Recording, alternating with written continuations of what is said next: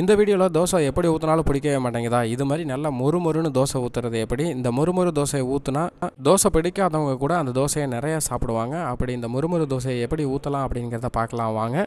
தோசை ஊற்றுறதுக்கு முன்னாடி எப்போதுமே ஃப்ளேமை வந்து அதிகமாக வச்சுக்காதீங்க. அடுப்பை வந்து சிம்மில் வச்சுட்டு மாவை எடுத்து தோசை கல் மேலே ஊற்றுங்க.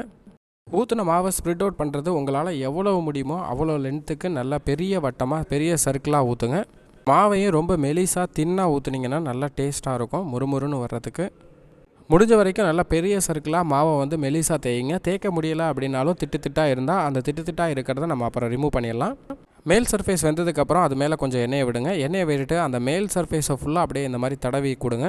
இந்த தோசை திருப்பியை வச்சு தடவும் போது பார்த்தா தெரியும், அந்த தடவுறதுல மாவு வந்து ரொம்ப ஓவராக இருந்தது அப்படின்னா அந்த மாவை நீங்கள் அதுலேருந்து வலிச்சு எடுத்துடலாம். ஸோ அந்த மாவை வந்து அந்த தோசை திருப்பியை வச்சு அப்படியே மேலே இருக்கக்கூடிய அந்த மாவு லேயரை மட்டும் அப்படியே தனியாக எடுங்க. பாட்டமில் இருக்க லேயர் நல்லா முறுமுறுன்னு இருக்கும். மேலே இருக்க லேயர் மட்டும், அந்த வேகாத லேயர் மட்டும் ப்ரெஷர் அதிகமாக கொடுக்காம அப்படியே லைட்டாக தேய்ச்சி எடுத்திங்கனாவே அந்த மேலே இருக்க லேயர் எல்லாமே அப்படியே தனியாக வரும். இப்போ நம்ம பாருங்கள், அப்படியே மேலே இருக்க லேயரை தான் தனியாக தேய்ச்சி எடுத்துகிட்டு இருக்கோம். ஸோ இப்போ தனியாக தேய்ச்சி எடுத்த லேயர் வெந்திருக்கும், அதை வந்து நீங்கள் தனியாக எடுத்து வச்சுருங்க. இப்போ இந்த லேயரில் மட்டும் மேலும் எண்ணெய் வேணும் அப்படின்னா எண்ணெய் ஊற்றுனா இன்னும் மொறுமொறுன்னு இருக்கும்.